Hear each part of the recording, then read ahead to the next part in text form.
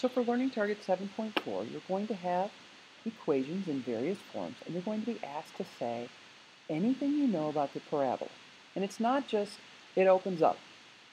Anything means anything that you should be able to reasonably be able to figure out from this equation, you need to tell me. So I'm looking for all of these answers that I reveal. So here's my equation. One thing I notice, it's in intercept form, which means I should be able to tell the two x-intercepts, or zeros, or solutions of the equation. I also notice the coefficient of x squared, if I were to multiply these together, is positive 1. So what that tells me is the parabola opens up. Why do I know that? Because the coefficient of x squared is positive. It's neither a stretch nor a shrink because the coefficient is 1 of x squared. And I can find the two x-intercepts. The x-intercepts are at x equals negative 7 and x equals positive 10 because I could very quickly in my head even set each one of these factors equal to 0. X plus 7 equals 0, x minus 10 equals 0, and solve.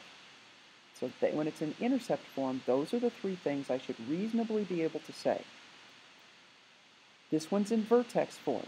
I should always be able to say whether it opens up or down, what the stretch or shrink factor is, if there is any, and in this case, in vertex form, I should also be able to tell what the vertex of the parabola is. So this one opens down because the coefficient of x squared is negative. It's a vertical stretch with a factor of 3 because of the coefficient of the x squared term. And the vertex is at the point 411. And I know this because it's written in vertex form. And last but not least, and actually somewhat least because there's less that I can figure out about this equation, I know that this equation opens up because the coefficient of x squared is positive. I know it's a vertical shrink with a factor of 0.4 because of the coefficient of x squared. And I could pretty quickly put 0 in for the x's here. 0.4 times 0 squared plus 5 times 0 minus 8 is going to give me a y-intercept, i.e. where it crosses the y-axis at negative 8. So I can find that by very quickly substituting 0 for x.